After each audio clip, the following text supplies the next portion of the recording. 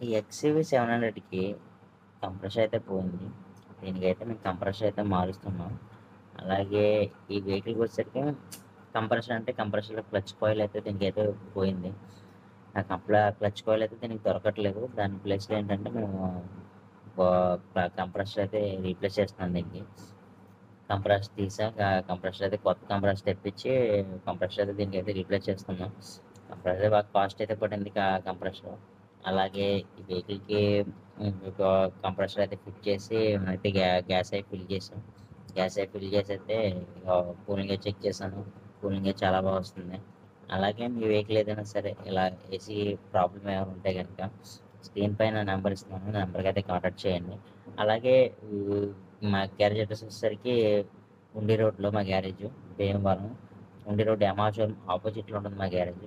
ఏ ఏ vehicle అయినా సరే AC అన్నది ప్రాబ్లమ్ ఏమైనా ఉంటే గనక నాకైతే కాంటాక్ట్ చేయండి.